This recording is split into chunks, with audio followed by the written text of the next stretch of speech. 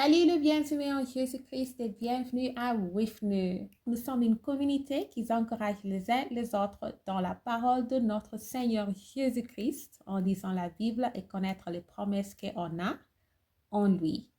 Alors aujourd'hui, on continue avec le livre de Galates, chapitre 3. Si vous êtes nouveau, considérez à abonner. La loi et la foi. La loi est impuissante pour assurer le salut. Elle doit conduire à la foi. La foi affranchit de la loi. Elle produit la liberté évangélique. Aux Galates, dépourvus de saint, qui vous a fasciné, vous, aux yeux de qui Jésus-Christ a été paix comme crucifié. Voici seulement ce que je veux apprendre de vous. Est-ce par les œuvres de la loi que vous avez reçu l'Esprit ou par la prédication de la foi? Êtes-vous tellement dépourvu de sens après avoir commencé par l'Esprit? Vous voulez maintenant venir par la chair. Avez-vous donc souffert en vain, si toutefois c'est en vain? Celui qui vous accorde l'Esprit et qui opère des miracles parmi vous, le fait-il donc par les œuvres de la loi ou par la prédication de la foi? Comme Abraham crut à Dieu et que cela lui fut imputé à justice. Reconnaissez donc que ce sont ceux qui ont la foi qui sont fils d'Abraham. Aussi, l'Écriture, prévoyant que Dieu justifierait les païens par la foi, a d'avance annoncé cette bonne nouvelle à Abraham. Toutes les nations seront bénies en toi, de sorte que ceux qui croient sont bénis avec Abraham le croyant. Amen.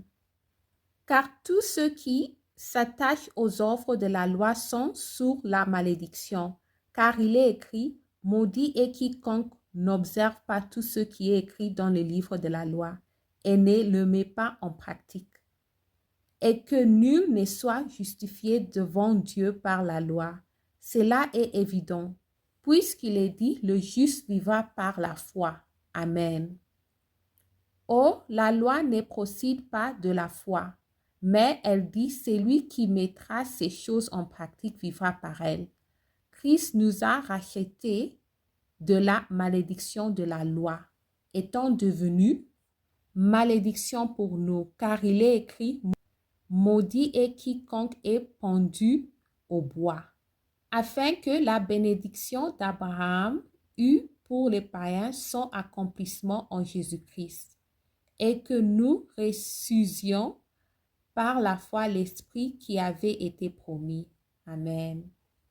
Frères, je parle à la manière des hommes, une disposition en bonne forme, bien que faite par un homme, n'est annulée par personne, et personne n'y ajoute. Or, les promesses ont été faites à Abraham et à sa prospérité. Il n'est pas dit « et aux prospérités », comme s'il s'agissait de plusieurs, mais en tant qu'il s'agit d'une seule et à ta prospérité, c'est-à-dire à Christ. Voici ce que j'entends, une disposition que Dieu a confirmée antérieurement ne peut pas être annulée, et ainsi la promesse rendue vaine par la loi survenue 40, 100, 30 ans plus tard. Car si l'héritage venait de la loi, il ne viendra plus de la promesse. Or, c'est par la promesse que Dieu a fait à Abraham, ce don de sa grâce. Amen. Pourquoi donc la loi? Elle a été donnée ensuite à cause de transgression, jusqu'à ce qui vint la prospérité à qui la promesse avait été faite. Elle a été promulguée par des anges au moyen d'un médiateur. Or, le médiateur n'est pas médiateur d'un seul, tandis que Dieu est un seul. La loi est elle donc contre les promesses de Dieu? Loin de là. S'il eût été donné une loi qui pût procurer la vie, la justice viendrait réellement de la loi. Mais l'Écriture a tout renfermé sur le péché, afin que ce qui avait été promis fût donné par la foi en Jésus-Christ à ceux qui croient. Avant que la foi vînt, nous étions enfermés sur la garde de la loi, en vue de la foi qui devait être révélée. Ainsi, la loi était comme un pédagogue pour nous conduire à Christ afin que nous fussions justifiés par la foi. La foi étant venue, nous ne sommes plus sous ces pédagogues, car vous êtes tous fils de Dieu par la foi en Jésus-Christ. Amen.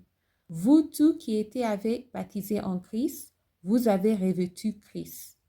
Il n'y a plus ni juif ni grec, il n'y a plus ni esclave ni libre, il n'y a plus ni homme ni femme, car tous vous êtes un en Jésus-Christ.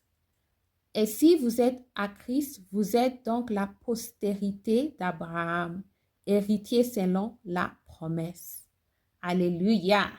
Je vous encourage de méditer à ce qu'on vient de lire. Priez que la vérité qu'on vient de lire soit part de votre relation avec Jésus-Christ et notre Père et le Saint-Esprit. Merci d'avoir lu ensemble. J'améliore mon français en lisant la Bible. Restez en Jésus-Christ et shalom.